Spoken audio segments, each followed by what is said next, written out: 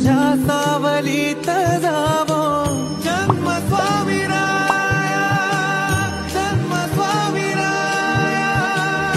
हिंदू धर्म संस्कृतीत श्रावण महिन्याला विशेष महत्त्व आहे। हा भगवान शंकराचा तसेच इतर देव दैवतांचा सर्वात प्रिय महिना मानला जातो।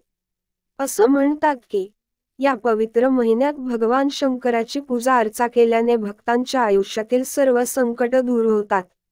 शंकराचा आशीर्वाद मिळावा यासाठी श्रावणात काही लोक घरात बेलपत्राचं रोप देखील लावतात। ज्योतिषशास्त्रात बेलपत्राचं रोप लावणं फार शुभ मानलं गेलं आहे। भगवान शंकराला देखील बेलपत्र फार प्रिय आहे। ज्या घरात बेलपत्राचं रोप असतं त्या घरातील प्रत्येक सदस्यावर भक्तांची कृपा असते, तसेच त्यांच्या सुखात समृद्धीत चांगली वाढ होते। त्यामुळे श्रावणात जर तुम्हाला सुद्धा घरी बेलपत्राचं रोप लावण्याची इच्छा असेल तर तुम्हाला वास्तूशी संबंधित काही गोष्टी जाणून घेणं गरजेचं आहे। वास्तुशास्त्रानुसार घराच्या उत्तर किंवा पश्चिम दिशेला बेलपत्र लावणं फार लाभदायी आहे असं म्हटलं जातं। जर तुम्हाला तुमच्या आयुष्यातील नकारात्मकता दूर करायची असेल तर तुम्ही घराच्या अंगणात सुद्धा बेलपत्राचं रोप लावू शकता।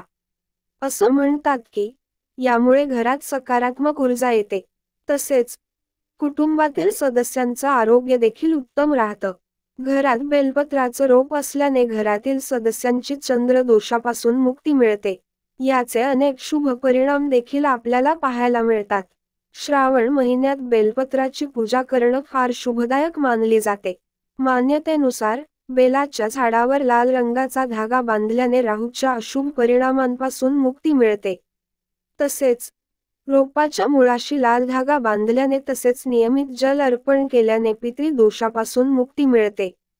तसेच येणाऱ्या समस्या दूर होतात अशी मान्यता आहे।